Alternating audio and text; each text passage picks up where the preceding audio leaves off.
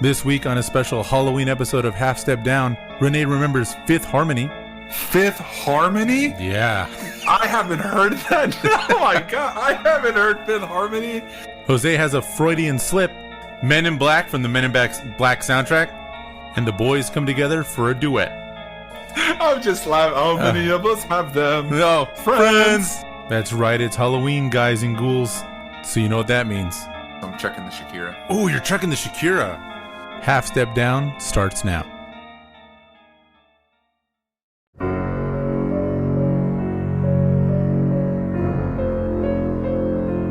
Tell me what you think about this. Welcome everybody to Half Step Down. Was that good? Did you like that? I was fine with it. Let's do this. Awesome. Welcome everyone to Half Step Down, a very special Halloween edition of Half Step Down. I am your host, Renee Grano. This is Jose Martinez, or Hey. Dracula. I think it's Dracula. Yes. Where this show is where we create soundtracks and playlists for any given situation. Jose, why don't you explain a little bit about what the show is actually about and what today's playlist... Oh, wow, I just had a loss for words there. It's okay, man. I apologize. Don't even worry about it. Yeah, let's start over. Jose, why don't you talk about what the show's about today? So normally what we do is we will take a situation and we will provide a playlist for it. But on this particular episode, we're going to do things a little bit different. We're still going to recommend about 10 songs from our personal experience. But we thought it would be fun to look over Spotify's like top Halloween playlist, just go through it track for track, and just real quick kind of talk about whether we think the song is good, essential. Maybe we can move this to a different thing, just so that everyone kind of gets a good mix of like what a good Halloween playlist would be, plus what we think should be on there. Yeah, this is going to be really fun. I am excited for this one. This is the first time we're going to do this sort of, let's go through this list and let's see, keep it, chuck it. Why don't we do that? Keep it and chuck it. Yeah, I think that will be the two. Yeah. So we'll name them out. We'll just say keep it.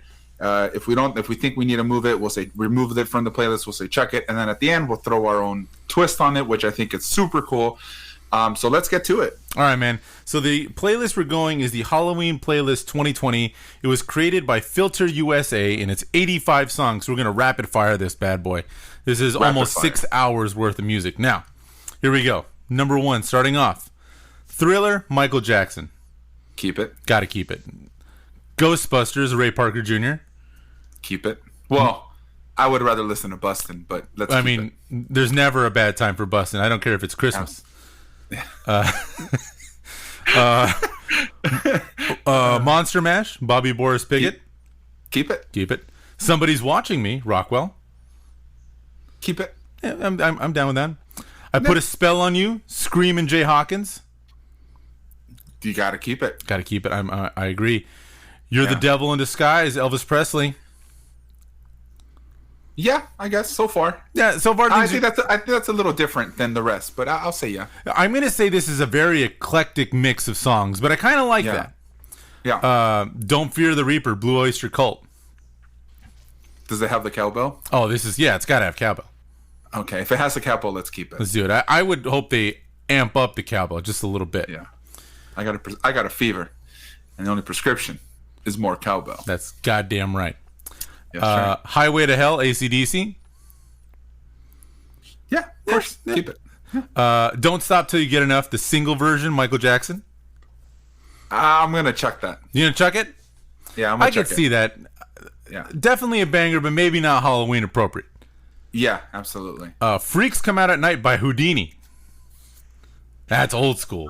Yeah, I don't even like Houdini. Sorry, that's a Friday. No, that's a next Friday reference.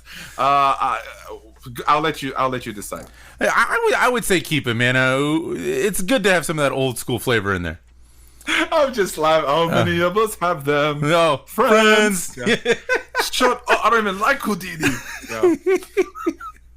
Next one. Oh man, that's a good one. Psycho Killer by the Talking Heads. Sure. That's kind of that towards the end, the winding down of the party, I feel. Yeah. Season of the Witch, Donovan. I've never heard that song. Yeah, I could see it on a Halloween playlist. Okay. That's a maybe. That's a maybe. Okay. Scream, Michael Jackson. You remember this one? I do. I'm gonna chuck that one. You're gonna check it? Yeah, it's definitely not his best work. Yeah. No. Okay. Was that on Dangerous? It says here that it's off of Scream, but it might have been off of Dangerous. Oh, that's right. You're right. That's right. That's right. No, yeah, you're checking that. We're checking that song. Okay. That's right. That was after Dangerous. That was with Janet Jackson. Right? Yes, I remember because yes, the video was they like premiered it like on ABC. Like it was an event. Yeah, no, that's not a song for Halloween. That's not a song for Halloween. Okay, now this next one. Well, I mean, I guess no. Let's just no. I'm gonna say no. Go ahead. No. This next one, Time Warp, but the Glee cast version. You get the original in there. Get the original in there. Thumbs down. No one can see me, but I'm thumbs down. He's thumbs downing hard. Yeah. Hard. Men in Black from the Men in Black soundtrack. Will Smith, got to keep it. And here's the thing about Will Smith. There's always time for a Millennium. Always time for William. You might as well just put their whole album Big Willie style. Doesn't matter. Again, like Bustin', I don't care if it's Christmas. Put it on. Yeah, absolutely. Maneater, Hall & Oates. Yeah, it's classic. Yeah, I like that one. Yeah, I like that one. I've always wanted to have a music video where we dress up like Hall & Oates and we just do this thing the whole time. Oh, you're doing no one can see me, but I'm doing the Hall & Oates sway. I like that you called it the Hall & Oates sway. That's exactly what I would have called it. I can't stop. Go ahead. No, man. Real quick, I remember we're driving, me and Mikey. We always have a Mikey story. And I don't know why, but it was like a 2 for Tuesday or something, and they played 2 Hall & Oates songs. And then when we got back to my place, we realized that those guys have written hit after hit after hit after hit. So damn, man. Good band. I think Hall & Oates is very underrated. I don't really think too many people really know. I'm sure they know their music, but I just don't think people know who Hall & Oates are. Yeah. Right? Definitely. Mm-hmm. All right. A Nightmare on My Street, DJ Jazzy Jeff and the Fresh Prince. It's always a millennium. It's always a millennium. Yes, that's going to stay. Thriller, the Steve Aoki remix. Now, I heard this remix. It's actually pretty good. Yeah. I have heard this one. I'll let you take it. What do you think? I think once the party is in full swing, this thing's got to come on. But after a couple White Claws. After a couple White... There you... Oh. Yeah. Damn, you just outed yourself there, bro. That's okay, though. I'm just saying, I don't have White Claws. Of course I don't have White Claws, but I'm just saying, like, White Claws are the thing right now. So. You know, that's the thing. A couple White Claws in, you might be all about it. You're absolutely right. I will tell you one thing. You stay hydrated with White Claws. That's true. You're absolutely Hydration right. is key. Hydration is key. Stranger Things, the theme song. Oh, absolutely. That's a good one. That's a good one. Yeah. You Spin Me Round, Dead or Alive? Oh, not really. No. You toss that one? I mean, so here's the thing. Uh-huh. So I feel like, so this Halloween mix, are we sticking to just Halloween-esque thongs? I said thongs, by the way. Ooh. The thong song needs to be on that playlist, I hope. Halloween songs, or are we doing a Halloween party mix? I think this has to be like for a party. Okay. So in the spirit of the Halloween holiday, the holiday of Halloween, I'm going to say you chuck it. But if it's a Halloween party, you keep it. Yeah, and I think after we get through this list, we'll talk about the importance of like knowing your crowd and like what kind of party is for sure. Yeah. Cannibal by Kesha. I've never heard that song. Yeah, well, you know who Kesha is, right? Yes, of course. Everyone knows who Kesha is. Yeah, I would just we can let it go. It's all right. Yeah. Just let's get it out of there. Yeah. Haunted by Beyonce. I do love me some Beyonce. Yeah, it's never a bad time. It's never a bad time for Beyonce. We should just create a playlist of Will Smith and Beyonce songs, and I think I'm in. Well, I'm down. I'm going to mark that future episodes. Yeah. I actually do have I have a theory on Beyonce and Destiny's Child, but we'll get into that later. Okay. Sicko Mode, Travis Scott. Have you had the Travis Scott meal at McDonald's? Dude, you're like the third person to ask me that. All my students want me to try it. I'm gonna do it at some point. I'm gonna have to as well. My nephew yesterday, we had McDonald's for dinner. And my girlfriend went to go get McDonald's, and I asked him, "Do you want something?" He said, "Sure. Can I get the Travis Scott meal?" And I said, "What is that?" And he explained it to me, and I said, "That sounds good, but I'm gonna pass for now because there was just a better deal at McDonald's. You get the one by my house, you get 2 Big Macs, 2 10 pieces, and 2 fries for like $14. So oh damn! I told him we're gonna take a pause on the Travis Scott meal for now, but I am interested. I am interested too. Yeah. All right. Oh, let's keep that one. I guess. Keep it. Yeah. In the heat of let's keep it. Yeah. He's one of those artists too. That like every time I hear a song, I'm like, that's him. I like that. Yeah. I'll take it. Is that how you respond to it too? Every time you hear it. Yeah. Okay. That's him. Oh man. Dracula's Wedding, Outkast, and Khalees. I love that song. That's a good one. I am a big Outkast guy. I do love me some Outkast. I pray for their return. It'll never happen. Yeah, I know. But a man can dream. Yeah. I Want Candy, Bow Wow Wow. Check it. Yeah, that's good. Yeah. Black Magic Woman, Santana. That is definitely a Halloween song. It's Halloween for sure. Yeah. I mean, it's very Halloween-esque. Yeah. So let's keep that one. All right. Bark at the Moon, Ozzy Osbourne. You tell me. I would say keep it, man. That's a classic right there. That's what I was thinking. Yeah. Twilight Zone theme song, Jerry Goldsmith. That should be at the very top. Yeah, you're right. At the very top, I like it. I'm in Love with a Monster, Fifth Harmony. Fifth Harmony? Yeah. I haven't heard that. Oh my god, I haven't heard Fifth Harmony. I haven't had the 2 words Fifth Harmony uttered to me in I'm 32 in 35 years. Sure. In the spirit of reminiscing on Fifth Harmony, I'm going to say yes. In the spirit of the holidays. I love it. Yes. Dead Man's Party, Oingo Boingo. Yeah. It's classic. Mm-hmm. I regret not being old enough to go to their legendary Halloween shows in Los Angeles. Mm-hmm. But now you get to go to the Vandals Christmas show every year. The Vandals Christmas show is a must in my family. We go every year. This is Halloween, the citizens of Halloween Town from Nightmare Before Christmas. You can choose. I'm gonna say something that is blasphemous to some, but I have to be honest. I personally feel that The Nightmare Before Christmas is the most overrated movie of all time.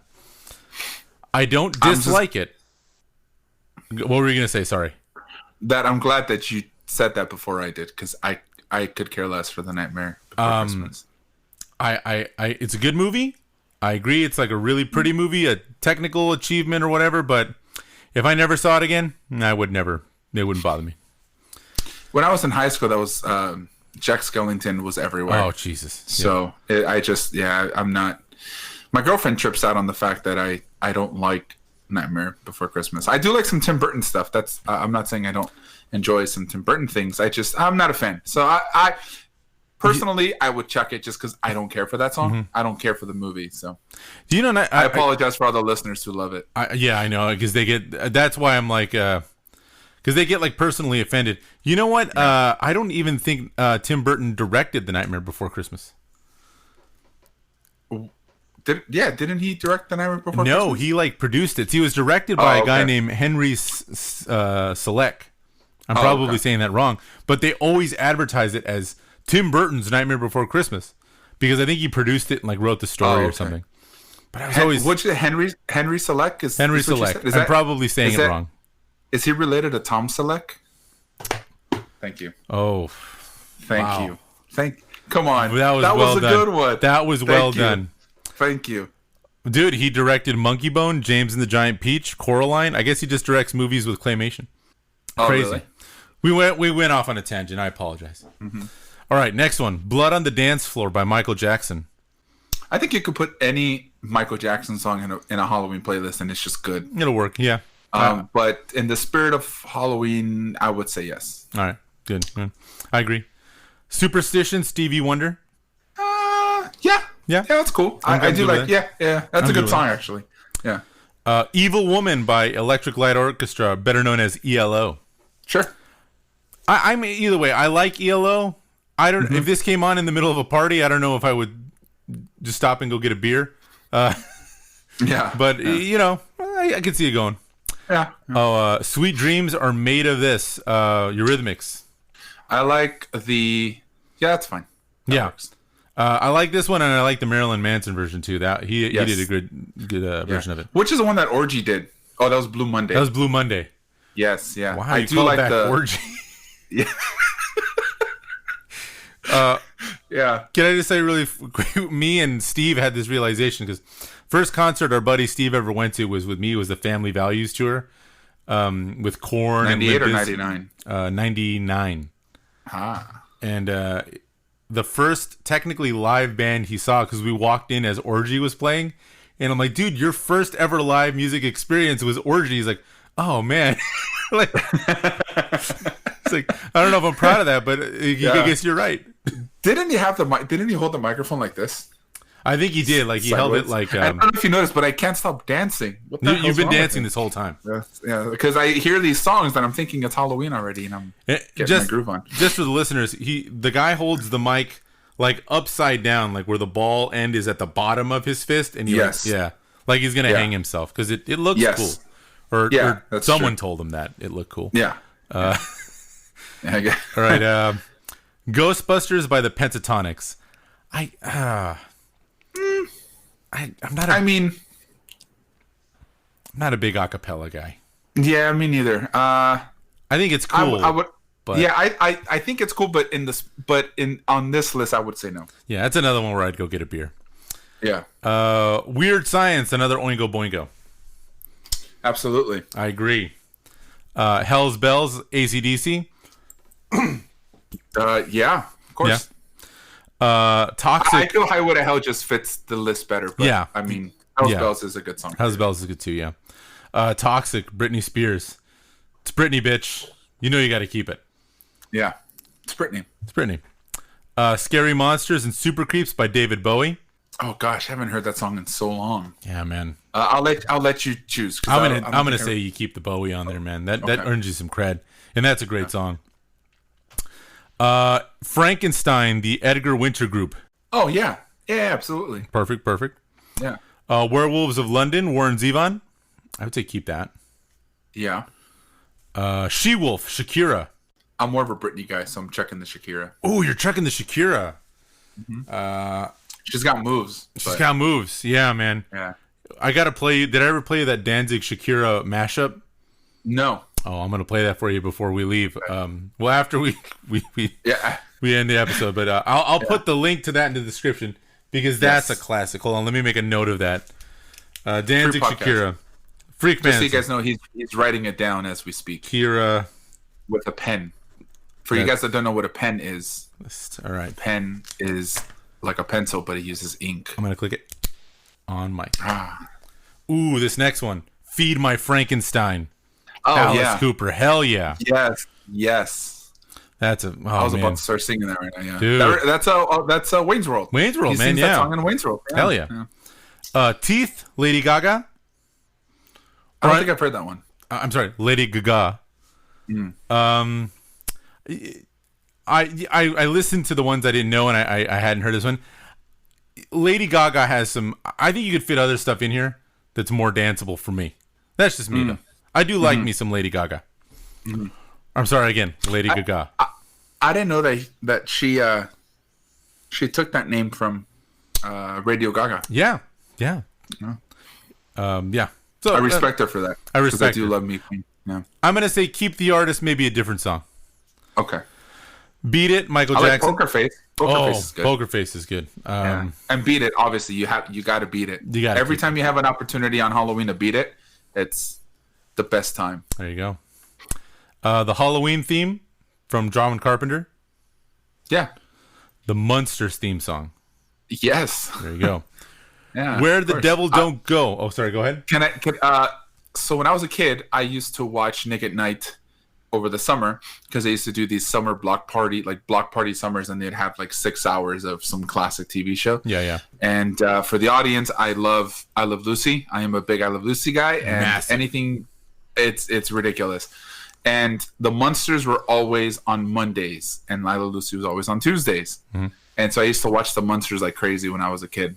And ask me if I remember any of it. I do not. Well, I mean, obviously I remember her, the characters and all that, but not a single episode is, engraved in my mind. To be completely honest, the Munsters and the Addams Family have mashed into one thing in my brain. I can see that. I mean, obviously, well, I don't know, because when I think the Addams Family, I think the film. That's true. I think the film is what brings it out for me. That's the only reason I think I really learned how to differentiate. Yeah, that's such a great movie too, man. That was good, starring good. Street Raul Fighter 2. Julia. Yeah, Raul Julia. Yeah. He was Bison, man. Yeah, Bison, Bison. I'm going to kick Bison's ass. That was my Van Damme. Oh, okay. Oof, that was bad. Anyway, Yeah. Where the Devil Don't Go by Elle King. Yeah, sure. That's a good one. The Monster, Eminem and Rihanna.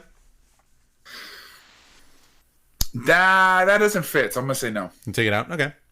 Yeah, I do love me some Eminem. I love me Eminem. I would throw in an Eminem and Rihanna song, like an individual, Yeah. Maybe more like oh God, I don't know. I was gonna think, I don't know. Let me get back to you on what Eminem song I would put on there. I'm gonna if you're gonna put her, I'll venture in the Rihanna. You got to do Disturbia, man. Okay, that's the jam. That is a jam. Yeah, I would say Kim, but I think Kim is just a little way. It's too graphic for a Halloween playlist. It is. A little bit. Maybe Stan. I don't know. No, you're right. So. You're right. Yeah. We'll think of We'll figure it out. Yeah. Uma Thurman by Fall Out Boy. The only reason I'd say yes is because it is a Halloween song. It is a Halloween song. It's just look. I try not to trash talk anyone, but I think that's the dumbest song. but it's catchy as hell. Yeah, it is catchy as hell. They do some catchy shit. They Absolutely. do. That's one thing you got to give Fall Out Boy, man. They know how to take sometimes just really drawn out lyrics and make them catchy as hell. Yeah. And Pete Wentz was the lyricist. Did you know that? Yeah, I remember reading that somewhere. Yeah. Yeah, Pete Wentz is the one that wrote all the lyrics. Patrick Stump has a great voice. He does. I think he's a very, very good vocalist. Yeah. He does. Got a really cool signature Gretsch, too. Yeah, he does. Crazy Train, Ozzy Osbourne. Yeah. Psycho, the string, Psycho. Yeah, a little too scary, but I'm going to say yes. A little bit. I don't know if that would be something like you'd play like in or mix with songs, I feel like. Yeah. I think for a party, I would probably say no, but I would be playing it as kids walk by for trick or treat, even though we can't trick or treat this year, right? But, we can. Like, you'd be having that play at the door or something while kids. Yes. Yeah. Cool. Ghosts, Michael Jackson. I'm going to say no. Yeah, I'm going to say no, too. Toccata. Too much Michael Jackson already. There's a lot of Michael Jackson on this one. Toccata and Fugue in D minor by Johann Sebastian Bach. This for that's one of his. I was going to say this for the audience is that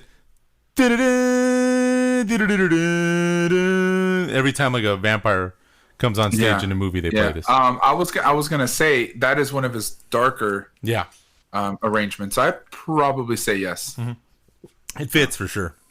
Yeah. Abracadabra. I actually have a song. Go ahead.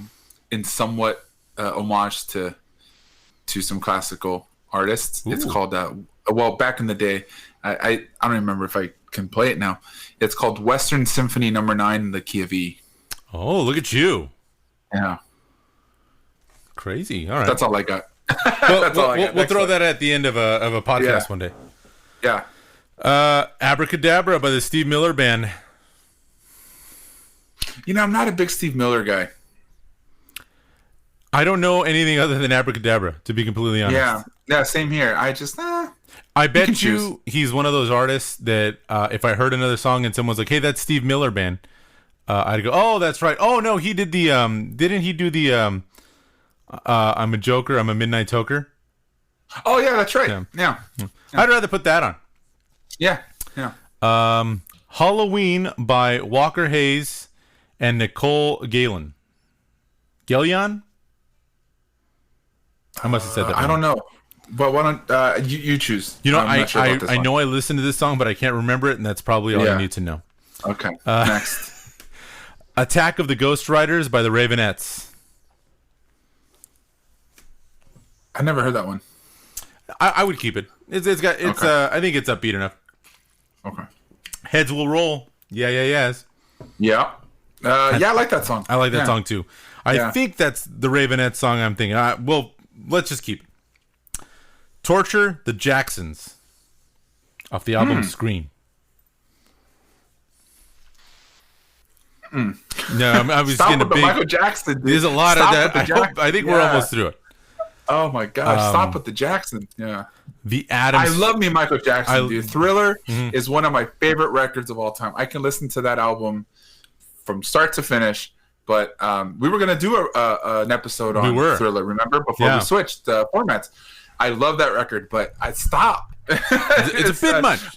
Yeah, but you know what? Michael Jackson does coincide with Halloween. Like looking back at it, a lot of Michael Jackson gets played on Halloween. Well, he's at parties, Halloween parties, I guess. I mean, just general parties, man. He's got that. He's got that party energy. The King of Pop. King of Pop. The Addams Family theme. Yeah, absolutely. For sure. Sympathy for the Devil, Rolling Stones. Oh, yeah, absolutely. Bat Out of Hell by Meatloaf. Sure. No, yes. I got to keep it. I'm like a bat out of hell. Yeah. That was terrible. Voodoo Child, Jimi Hendrix. Yeah, absolutely. Well, would you really think that Voodoo Child is Halloween-y? I don't know if it's Halloween-y, but it's got the word voodoo in it, and it's pretty ripping, so I would just keep it. Okay, sure. Nature Trail to Hell by Weird Al Yankovic. You're the Weird Al guy. I think there should be more Weird Al all the time, so I'm just going to say yeah. What is your fascination with Weird Al? You know what, man? He was one of the first artists I actually heard, and I just remember for the longest time, I thought that his version of "Give It Away," which is "Yabba Dabba Do Now," like the Flintstones. I think it was called like Flintstones Rock. I don't know, man. I love me some Weird Al.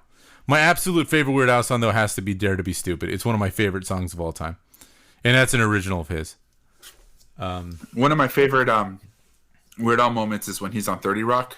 Oh yeah. When he's going to he's going to do Jenna Maroney's song, but then she turns it on him and makes it funny.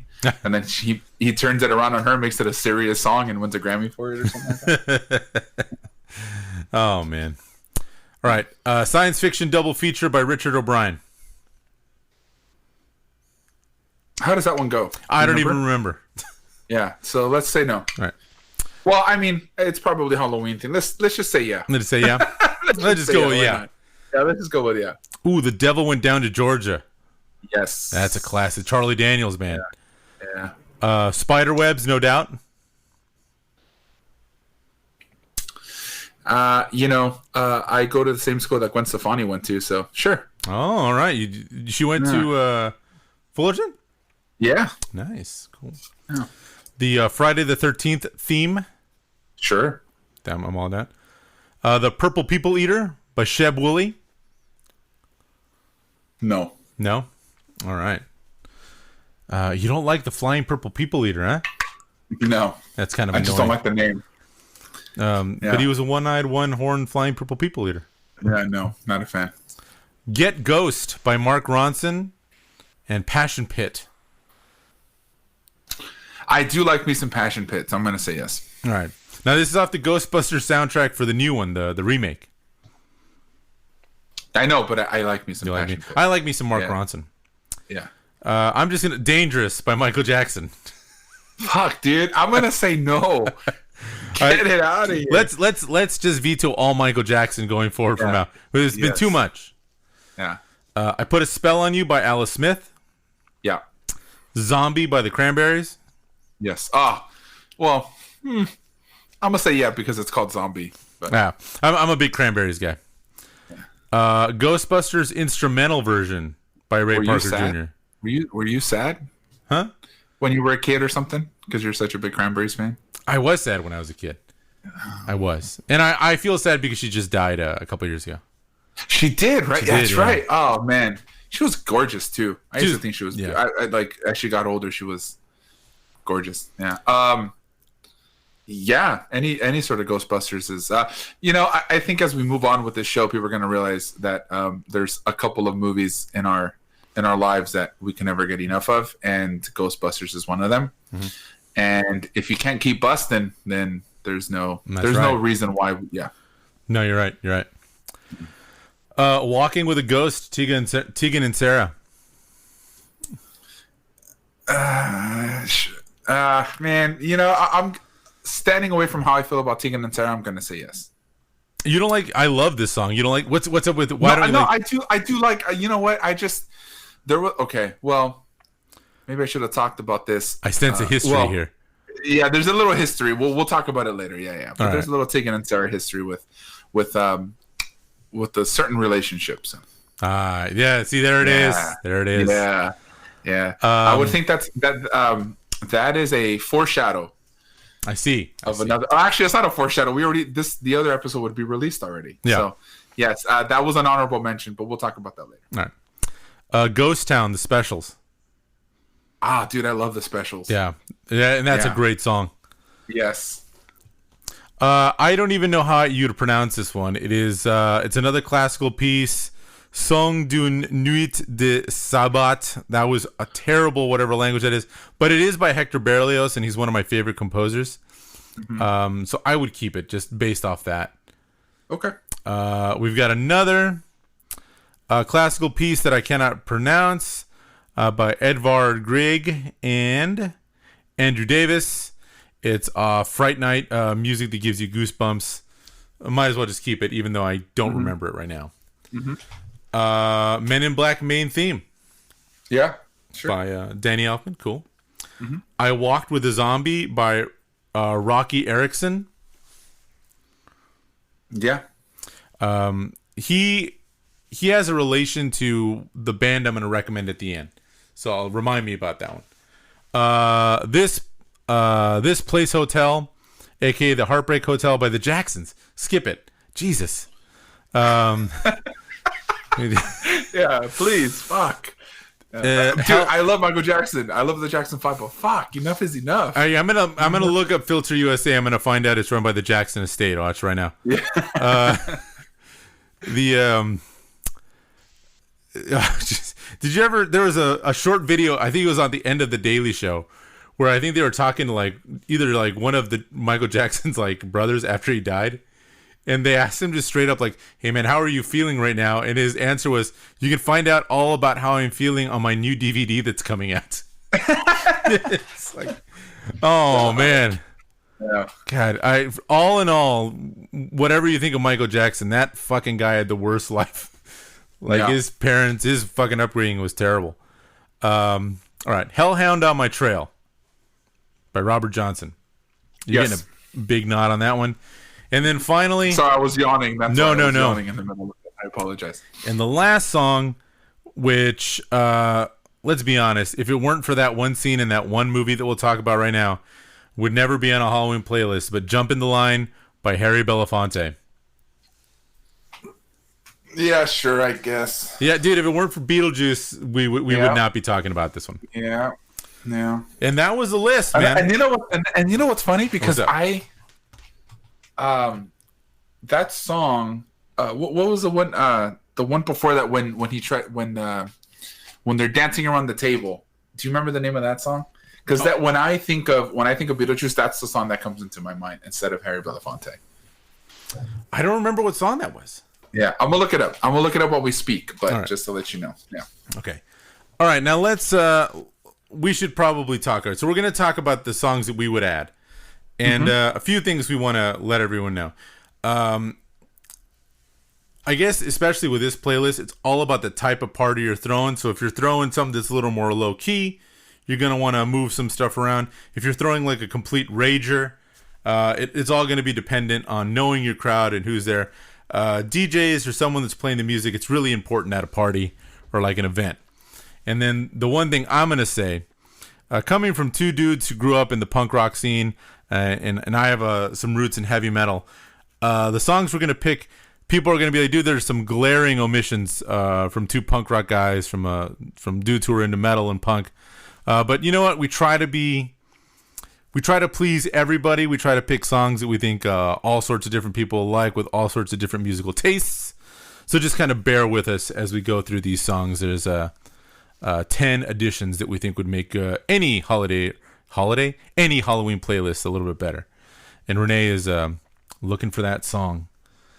All I find are Danny Elfman songs. What's the name of that song? Sorry. Once I find it, I'll let you guys know. I apologize. No. Don't even. Again, dude, free podcast. Oh, it's Banana Boat. It's Belafonte. Ah.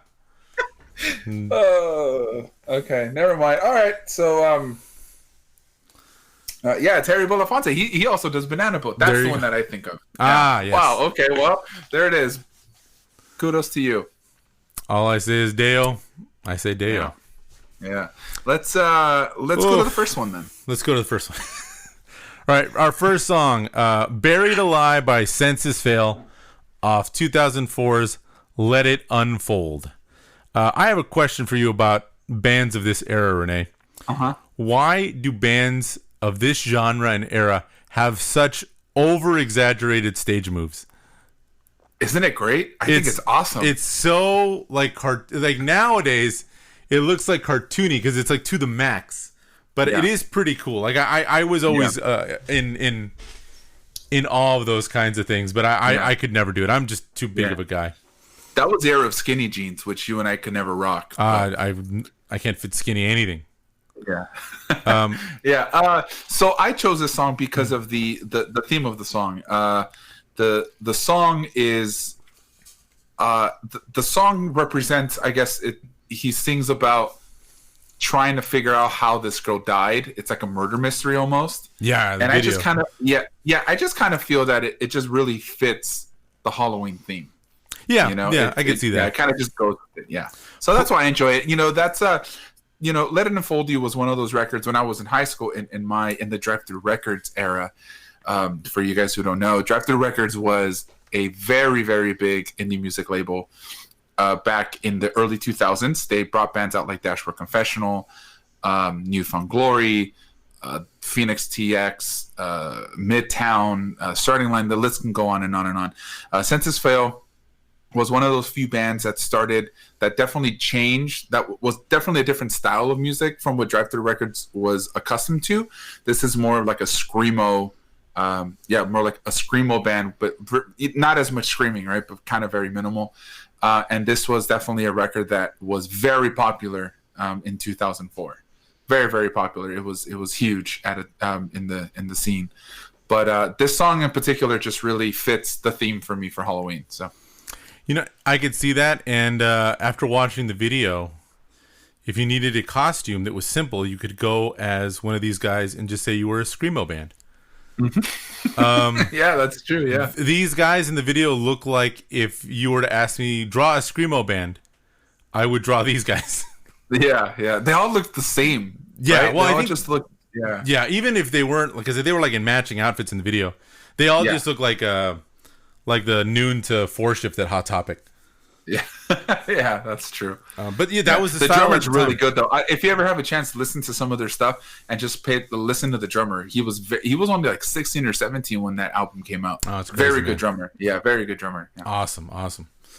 All right, next song, "Human Fly" by the Cramps from Off the Bone, 1982. There are few bands that embody the spirit of Halloween quite like the Cramps.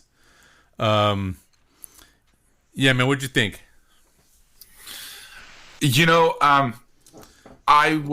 When we decided to do this list, I figured that you were going to choose the Cramps and some of the other bands, another band in particular that we're going to talk about later that you chose.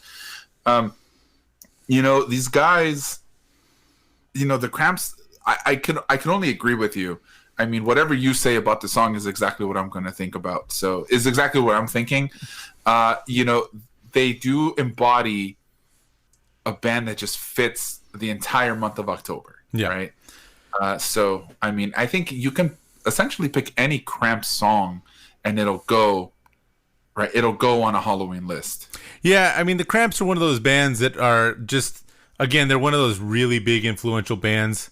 There's just something about like Lux Interior and his delivery of his vocals, that big kind of like hollow body guitar sound, but still kind of having that edge of punk.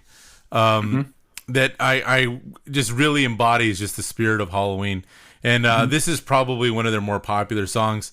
I also like Teenage Werewolf, but like it's not as upbeat as this one. But every time I hear this, even though it's not associated, but I always just picture in my brain is the Jeff Goldblum, The Fly. Do you remember that one, man? I do, yeah. Oh man, that was just that was a classic for me. I just watching him deteriorate. Yeah, that was a good one. I remember watching that when I was a kid, and I don't think I watched it the whole way through. I had to watch it as I got older. Oh yeah, and Puppet Master were two movies that I could not watch when I was young. Oh man, yeah, classics, simply classics. But anyway, right, another good one. Let's move on. Scotanic by Real Big Fish, off Turn the Radio Off from 1996. Renee, what's your favorite ska band? I would probably say the Aquabats. All right. Yeah. Okay. Yeah. I'd probably say the Aquabats. I'd probably say the Aquabats. Well, pause. I think there's different eras in ska, in my opinion, that there's certain records to me that I can listen to. Doesn't necessarily mean that I'm a huge fan. I guess I do like The Fear of the Aquabats is one of my favorites, right? So, but I don't really have a favorite ska band in all honesty. Yeah, I can't say I have one either. I do like a lot of ska bands, and I understand what you're talking about when you say there's a lot of different eras and like definitely subgenres to ska.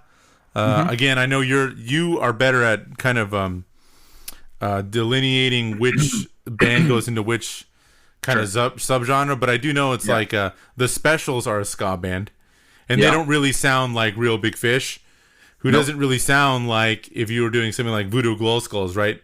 But they all kind of fall like under a band like RX Bandits towards their early years are considered like third wave ska, right? Yeah. Before they became more progressional rock, I guess. Yeah. Or progressive rock. Sorry. Yeah. And Real Big Fish been doing it a long time. You ever seen them live? I have at Warped Tours. Yeah, I've seen them at Warped Tour, and I've seen them live on their own a couple times. They are an amazing live band. They really are. They're a lot of fun to watch. They'll do a thing where they'll take a song and they'll play it in different musical genres. It's great, man. Never a bad time for Real Big Fish. Yeah, and this song is a Halloween song the whole way through. For sure. Yeah. All right, next one.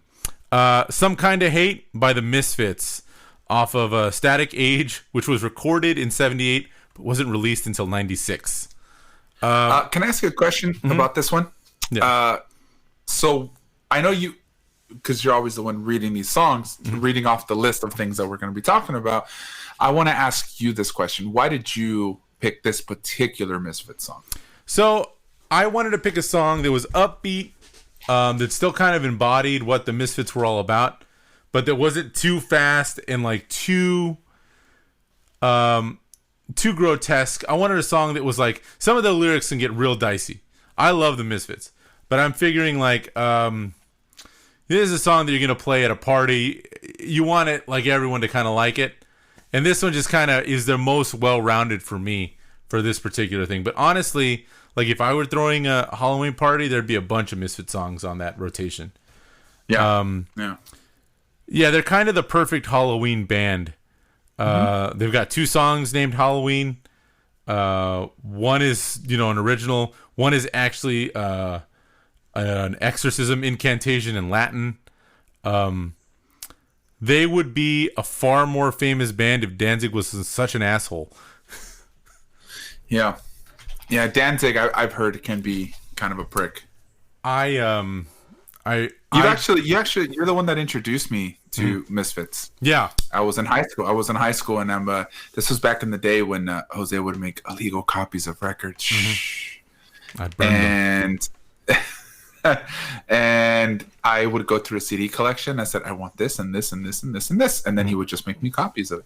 I probably wasted your CDs more than you did yourself. Yeah, I think I gave you a lot, but I think Yeah. I had a hookup for CDs at the time. Well, you worked at Sears at the time, so I think I did, yeah. yeah. So I could always just. So yeah, so a lot of my punk is influenced from Jose. So the Misfits are definitely a band that I would have never been introduced to if it wasn't for you. So This is the other band that I wanted to talk. This is the other band that I immediately knew when we decided to do this particular playlist that I knew you were going to pick, right? It was kind of, so they definitely do fit. Yeah, they definitely do fit. Just like the Cramps, it just makes sense, right? For this Halloween edition. Yeah. And really any Misfits song would work. Just some of them are more kind of blatant punk rock. And then finally, my last thing I'll say about them is another case of the shirt being more famous than the band. Again, another folly of Danzig being kind of a jerk to everybody. Yeah. But if you ever get a chance, he went up on his own too, right? Well, dude, yeah, he did Sam Hain, and then he went on to have a solo career as Danzig, which for like a long time, that Danzig skull logo that kind of looks like a cow skull, that was like a required T-shirt for any metalhead. But I think, not unfortunately, but Danzig in the past couple of years has run into a lot of troubles. Ever since he got knocked out on camera, it just has not been the same. But this is just let this be a lesson to all you tough guys. You can't be a tough guy forever.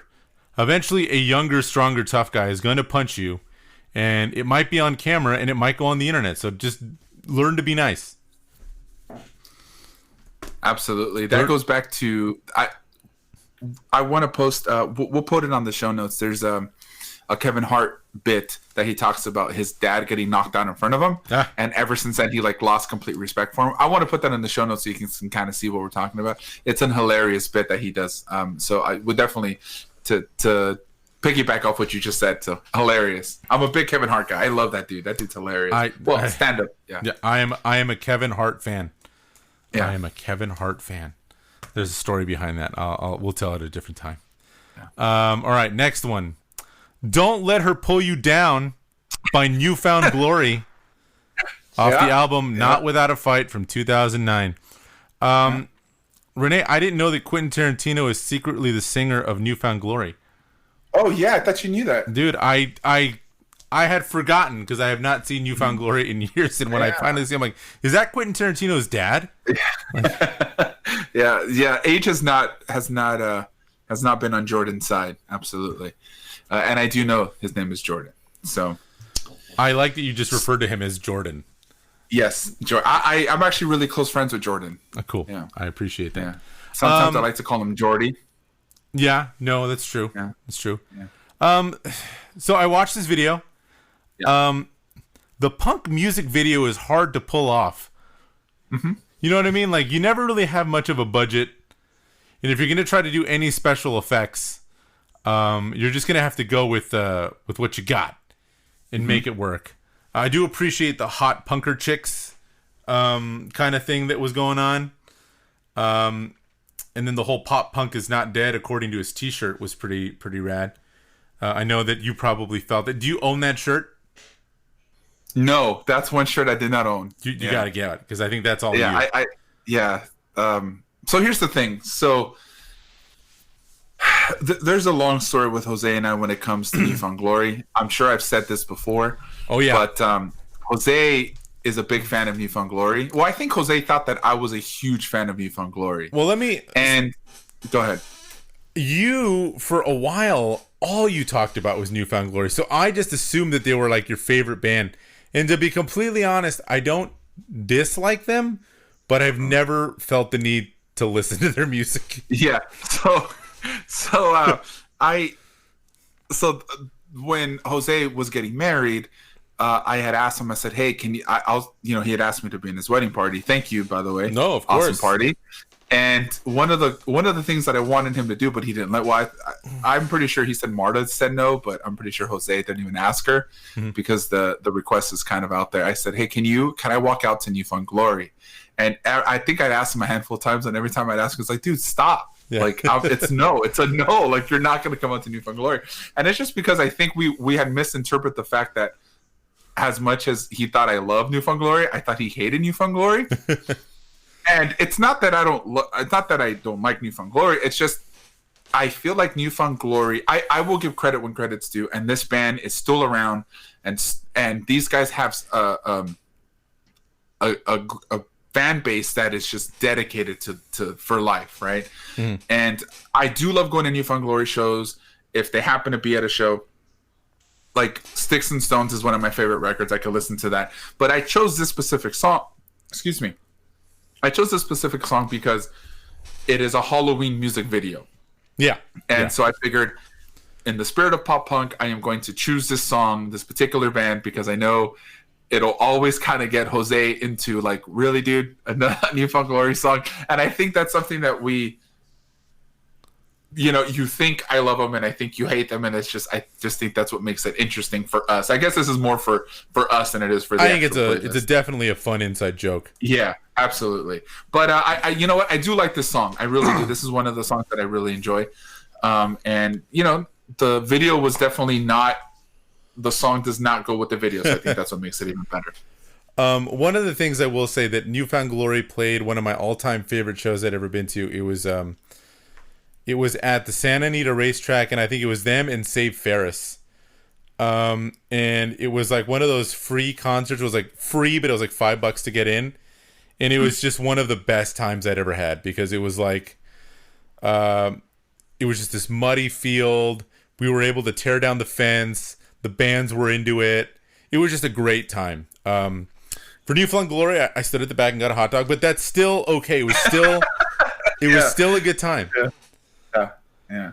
I actually saw them at the Santa Anita racetrack as well. It was during the race at Beaumont when, for the life of me, I don't remember what the name of the jockey or the horse was when they were running for the Triple Crown. Mm-hmm. It was one. I think it was the first time in forever that they were going to try to get the Triple Crown, and it didn't happen. So I remember they played 2 songs. It was like a microbrewery, right? Like a microbrew that K-Rock does. Yeah, those are pretty fun. Those are fun. Yeah. So next, how about let's go to the next one? All right, next song, Ratfinks, Suicide Tanks, and Cannibal Girls by White Zombie. It was off the Beavis and Butthead Do America soundtrack from 1996. That is, yeah. Go ahead. Oh, go ahead. What were you gonna say? When I think White Zombie, I just think of Dracula. Oh, well, that's Rob Zombie, my friend. That's Rob. Oh my God, screw me in the Basically face. the same thing, though. Okay. The same guy, same basic band, I think. I don't know if the exact lineup changes, but yeah, man. This movie and soundtrack are criminally underappreciated.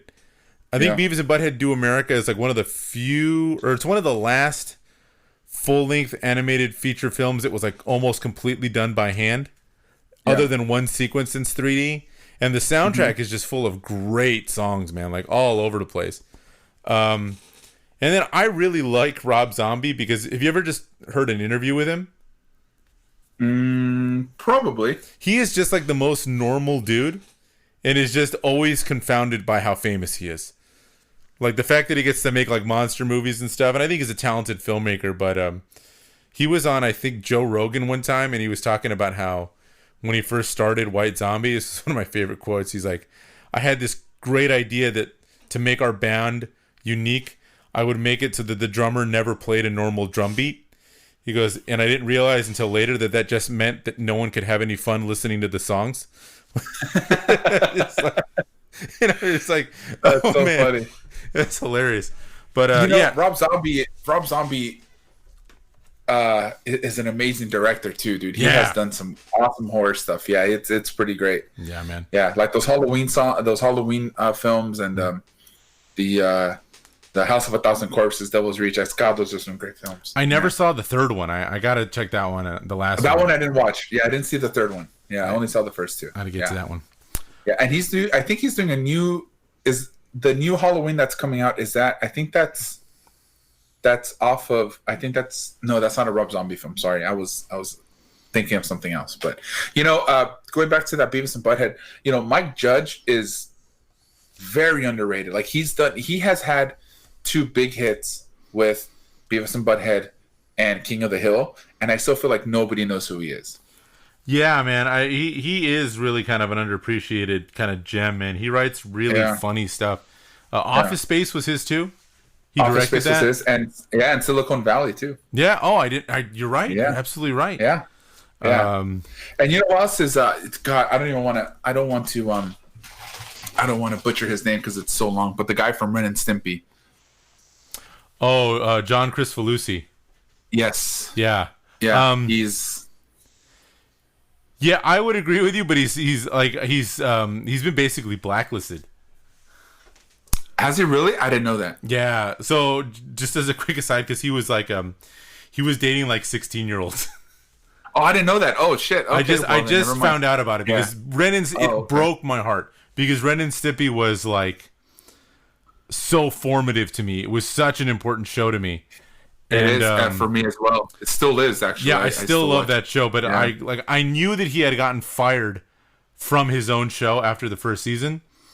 And then I don't know where I came up about it, but I was doing something because I'm like, I wanted to find out about maybe Ren and Stimpy, and I found basically, he was like courting underage girls and was doing all sorts of creepy stuff. Oh my god! Oh, that hurts my heart. Every time one of my heroes falls, it sucks. Oh man, there's and on top of that, when they brought it back on Spike TV and they just ruined the adult version of Ren and Stimpy, I was like, dude, stop! I was so sad. It's just that's it's unfortunate. That makes me depressed. It's very unfortunate that they took something so golden and just ruined it. No. Oh gosh.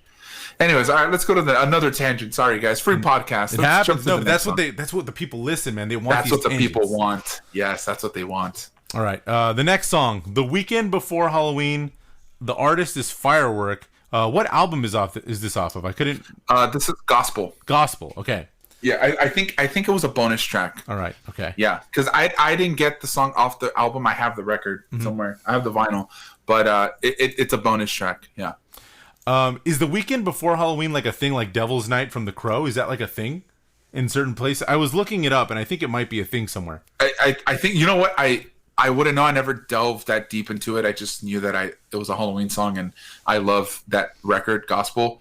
And so I kind of just put. But I mean, if you did some research, and maybe it is, but I don't know. I honestly, I have no idea, no clue. Were these guys were they like an unsigned band, No, so Fireworks was actually back in 2009-ish, 2010, when the new wave of pop punk came around. They were very integral in that wave. There was a handful of bands that really brought back the genre of pop punk back into like the indie mainstream. And so Fireworks was very integral to that. And when they came out with Gospel, Gospel was very highly acclaimed, and it sucks that they broke up after their third record, but I highly recommend that record. It's a hidden gem. It's really, really good. So I'm just a big Fireworks guy. I do enjoy that band. It does have that kind of classic pop punk vocal style and like that structure. Them and Newfound Glory have the same bro chant voice, I noticed. Kind of. It's the same. You know what? I will recommend you listen to Gospel. I think Gospel does have senses of pop punk, but it could also, his voice can change up a bit, and some of the lyrics can be really dark. So I'm gonna check it out. Yeah, definitely check it out. That's definitely a good one. All right, next one, Bela Lugosi's "Dead" from Bauhaus, from Press the Eject and Give Me the Tape from 1982. So this one, I'm gonna say you got to be careful with this one because it's 9 minutes. It takes a while to get there, but this is definitely one, if you know your crowd and you bust out some Bauhaus, you're going to win over some of the snootier people at your party. Interesting. When I heard this one, Jose, sometimes you have a tendency to send me very long songs. I do like me a good long song. Yes, and you do tend to send, and sometimes I wait for something and it never comes. And I'm like, there's still supposed to be something coming. And it doesn't, which is cool, but I can definitely see the intelligence in this song.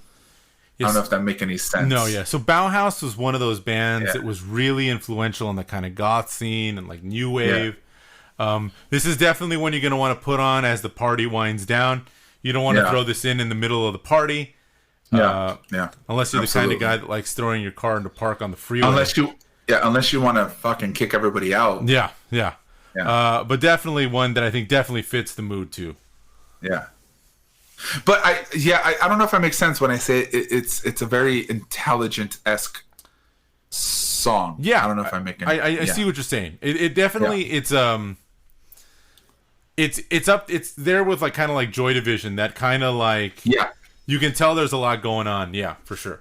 Yeah. How about the next one? All right, man, we're getting down to the last two. Let's try this again. Last two. Mine's Playing Tricks on Me by the Ghetto Boys off We Can't Be Stopped from 1991. One thing I've noticed about our podcast is we're severely lacking in our hip hop selection. So we gotta remedy that. Yes. I'm gonna ask you on air. We need to bring in Shankar as our hip hop correspondent, because I always ask him all my rap questions. Yes. Yeah. Him and I have some really good, some very good hip hop conversations. Yeah. Shankar and I have had some pretty good hip hop conversations. He is definitely the go-to. Yeah. The go-to. You know, and Steven too. Steven does have some very Yeah, he recommended some Steven's gems to me. Yes. Yeah, he does. He has some hidden gems. Shout out to our friends. For sure. Honestly, the thing I like about just the Ghetto Boys in general, man, these guys are great, and they should be way more famous than they are. I think looking into the research on them, I just known this song, through friends like Shankar, and it's like the whole southern wave of like southern hip hop was really influenced by these guys. So they say like there's a comedian's comedian. Yeah. Well, I feel like these guys are rappers. You know what I mean? Yeah. I can see that. I do think that the Ghetto Boys are very underutilized. Not too many people remember the Ghetto Boys, right? But it definitely has that Halloween-esque. Yeah. You know what I mean? Definitely has that Halloween-esque song to it. Yeah. And I just want to clarify that this is the first time that Jose and I have spoken about giving hip hop, throwing some more hip hop in our soundtracks, right? In our playlist. Yeah. And it's funny because this next song the last song that we're going to talk about is a song that I chose, and guess what? It is a hip hop song. Yeah, but before we get to that, I just wanted to talk about one more thing with this. Oh, go ahead. Sorry. There was for a short time, and I think it's still like a small subgenre, and it was highly inspired by this, called horrorcore. Huh. So it was like horrorcore hip hop. And, when you look them up, you see stuff like Insane Clown Posse and stuff like that. But I remember a long time seeing Russell Simmons talking about how this was going to be the next big thing. And obviously it was not. But I just always thought that's funny, because it seems like every subgenre of music has its horror subgenre, where it'd be punk, metal, psychobilly, and even hip-hop has that... with bands like the Insane Clown Posse and other stuff that I'm just kind of looking up right now, but I always thought that was crazy. We can have an entire episode on just talking about Insane Clown Posse. We should do that one. I don't know if I want to do that, but okay, sure. If that's what the fans want, let's do it. You know what? Let's wait until we get a couple more, and then we'll ask people. Yeah. Hey, what do you guys think? Maybe during don't they do that like festival, the Weekend of the Juggalos? Yes. Yeah. Oh man. All right. Yeah. All right, last one. Chin Check by NWA. Renee, what does NWA stand for? Don't worry, I'm not gonna do that to you. You're a dick. I was like, oh man. Oh man. Anyway, it's off the Next Friday soundtrack from 1999. Dude, Fridays were the movies that really legitimized Ice Cube as an actor, huh? Yeah, I think so. Like a genuine absolutely. comedic actor. Yep. Yeah. Friday's great. I love that movie. Dude, Friday, Next Friday. I never saw Friday after Next, but the first two I loved. Yeah. So I chose this song because of the intro. That's basically it. Okay. The intro is what gets me. That's a great start to some sort of, thriller, murder thriller horror movie. That to me, that just sounds like. I remember when I first heard it, I was in high school and I was like, "Oh my god, what is this?" And as soon as the shotgun goes off, and then you get some NWA in you with some Snoop Dogg, it's like, "Wow, this is fucking rad. This is awesome." Yeah, so I love this song. just because of the beginning, kind of just sets off the tone of the whole song. Yeah. But you know what? Honestly, so when I listened to the song, I hadn't heard it since, Next Friday when I first saw that. God, how many years ago that was. But there was two things that came to mind. One was people honestly forget how in the 90s, how scary Snoop and Dre and Ice Cube were. Like, they were legitimately scary dudes. Like, white America was afraid of them. And now they're like comedic actors. Snoop Dogg's like a cartoon character. But in the 90s, like, parents were terrified. Yeah. I think out of all of them, MC Ren was the one that I was more terrified of. Yeah, I mean, because he was just a straight gangster, right? Like seriously. It's true though, man. It's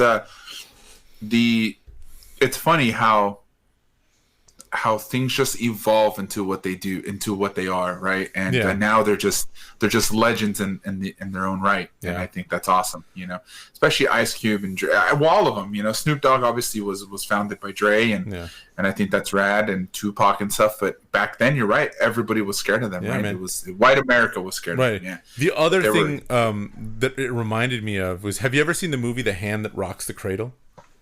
No. So it was a movie from like the 90s, and it is basically, if you were an upper class white person, it's like your worst nightmare.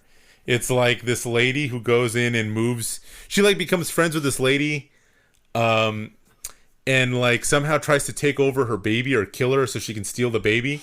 But I just remember seeing this and seeing that movie and going like, dude, this is like a rich white person's worst nightmare. The only other thing I could think of was in the 90s would have been Snoop, who's now like doing shows with Martha Stewart, Dr. Dre, who's gone on to produce some of the biggest hit records beyond just hip hop, right? And then Ice Cube, who is a legitimately bankable actor now, like and I think he started doing those like family comedies because he's like, dude, I just want to do something my kids can watch.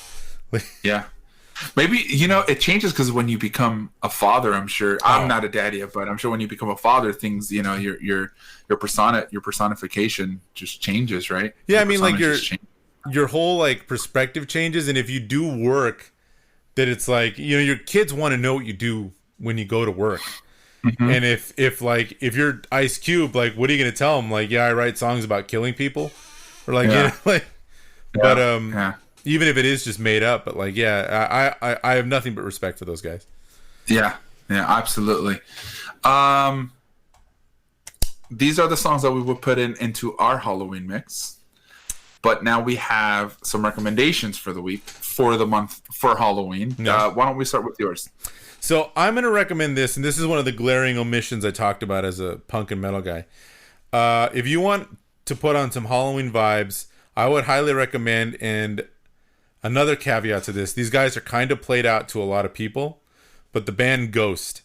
Ghost a couple years ago made some huge waves for their like stage presence and their persona. They're kind of like a concept band. There's like a story behind them, with the whole Papa Emeritus, the singer, who basically dresses like a satanic pope, and every song is about Satan or black magic, but it's so campy that it's kind of funny. So they've been played out a lot now because they've just kind of gotten really big, but I still legitimately love that band. And even their newer stuff, which is a little bit more danceable, has this kind of weird dark vibe to it. But their earlier records, man, are just straight like Satan, like old school Black Sabbath, like heavy metal. So I would highly recommend them for a Halloween band. One of my buddies always talks about Ghost, and that's one of his favorite bands. He's just a big Ghost fan. Yeah, they're great. So he's always told me to. I always forget, in all honesty. So maybe I'm gonna have to check out some Ghost. Now, for my recommendation, is something that I think I know we both really enjoy, and to stick to the theme of Halloween, I think it's only befitting that we talk about Coheed and Cambria. Oh, man, you stole my recommendation for the next one. Oh, I'm so sorry. My bad, dude. No, that's cool. That's cool. I'm going to pick what I think is their best, and that's going to be Good Apollo Morningstar 4, which is something that we saw together. We saw them do that whole album together. And, befittingly, Claudio Sanchez is in my opinion, is one of the greatest guitar players in our era, in our time. I just think he's that good, when he sings and just starts shredding right in the middle of a vocal and he's just shredding on the guitar, I think is pretty amazing to me. And they just put on a killer show. I think that record at times can be very fit the theme of Halloween. So I love that record. It's one of my favorites. It can't be Halloween without Coheed. Yeah, man. Coheed and Cambria came into my life at a point in time. It's 2004, where I had kind of become disillusioned. Like, all my punk rock friends had kind of left, and the bands I was listening to were either like on hiatus or like weren't really doing much. Yeah. And that was when In Keeping Secrets of Silent Earth 3 came out. Yeah. And they just I remember hearing A Favorite House Atlantic, not liking it because of his voice and that melody just growing on me to the point where I'm like, okay, I have to look into these guys.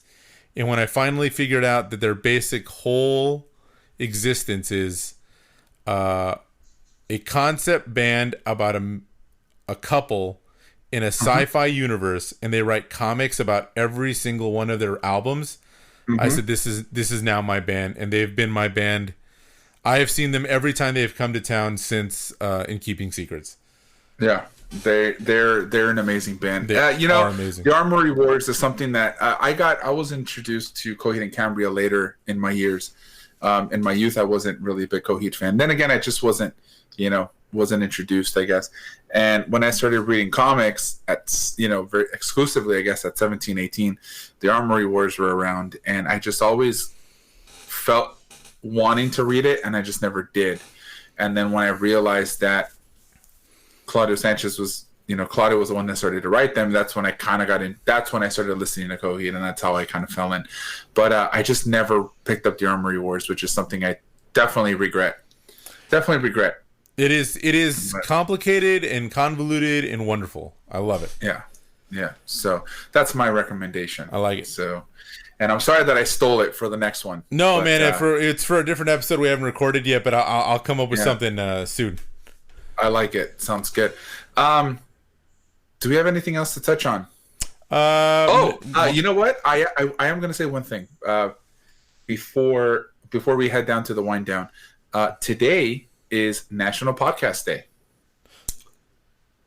Oh, cool. Sweet. Yeah, I just my sister told me today on the phone because I told her we were going to be recording today, and she told us. Way to give away that we recorded this episode a month in advance, Renee. Sorry, guys, I had to bring it up. No, man, it's good. On National Podcast Day, that's pretty rad. I like it. Yeah, and we're not. It's not a month in advance. Well, 30 days. Shit. Oh man! Holy shit, man! Sorry, guys. It's all good. It's all good. Look, we are ruining the cave. I'm breaking kayfabe. I broke the fourth wall. We are busy guys, man. We try to try to get this stuff out. Yes, absolutely. Very busy guys. Let's head down to the wind down. So, I am going to talk about a story. Okay. About Jose and I. Okay. And no, this is not the Clone Wars story because I know how much you hate that story. It is not the Clone Wars. I find it hilarious. So, Jose and I, obviously, as fans of the show, already know that him and I are cousins. We're related. We've been around each other for a long time. I'd like to think that you and I are pretty close, are very close. Very much so.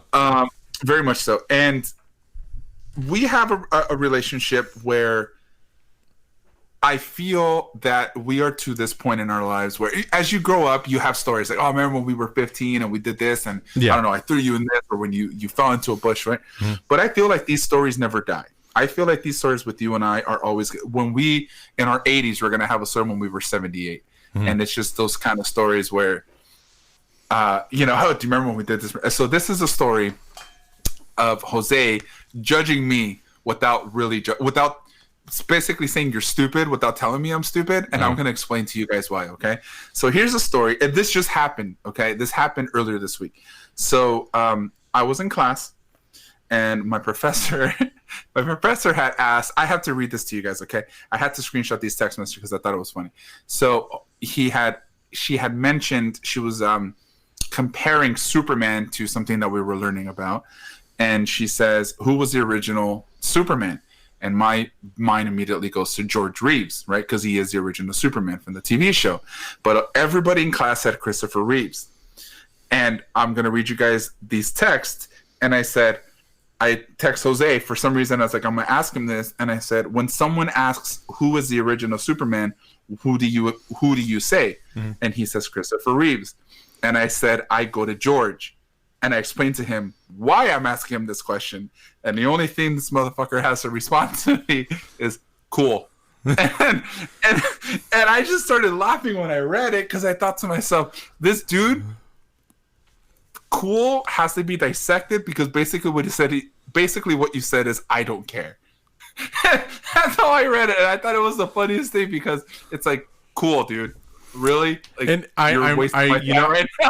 I realize now because you sent this to me in the middle of the day. But I realize I misread it. When someone asks you who was the first actor who played Superman, who do you think? I think I misread it as when someone asks you who played Super, like who is the first person that pops in your mind. Yeah. Like I didn't see the first part because I didn't even think I remembered his name. Yeah. So I was like, oh, okay, so but it makes sense. Yeah, but if you're gonna text me in the middle of the day, man, especially during nap time, it's gonna be hard. Because I'm trying to put my kid down. Yeah, I just thought it was so funny because cool. Cool. That's exactly how I thought about it. It's like, dude, Jose's like, shut up, dude. I got things to do. So I thought that was hilarious. I just figured that was a funny story. I love it, man. I love it. Yeah. I was waiting for you to say cool. Why don't we end this podcast on that and talk about where everybody can find us? Let me do the plugs. Oh, real quick, I just remembered the connection to the Rory Erickson song from the playlist. Ghost does a cover of his song. If you have a Ghost, check it out because it's a great cover. Let's get to the plugs. So, guys. You can always find everything about us at halfstepdownpod.com. That's where you're going to find all the information, links to our socials. The new episodes are always there. You can find us on Instagram and Twitter at halfstepdownpod. Look us up on Facebook. We're at facebook.com/halfstepdownpod. Look us up on YouTube. Hopefully by the time you guys are hearing this episode, we will have reached enough subscribers that we can have our own custom URL. But until then, just look in the YouTube search bar, Half Step Down Pod, and we'll come up. Check out our Spotify playlists. They're in the description. And you can follow us on Spotify too, not just as a podcast, but as a person that makes content like playlists. And then please rate and review us on Apple Podcasts or wherever you get your podcasts. And if you like what you hear, spread the word. Yeah, absolutely. Thanks everybody for tuning in, and we really appreciate it. Jose, I will see you soon. Everyone stay safe, and we'll talk later. Happy Halloween. Take care, everyone. Yeah, give it up for this guy. I promise you guys. Just so we're all clear, that was not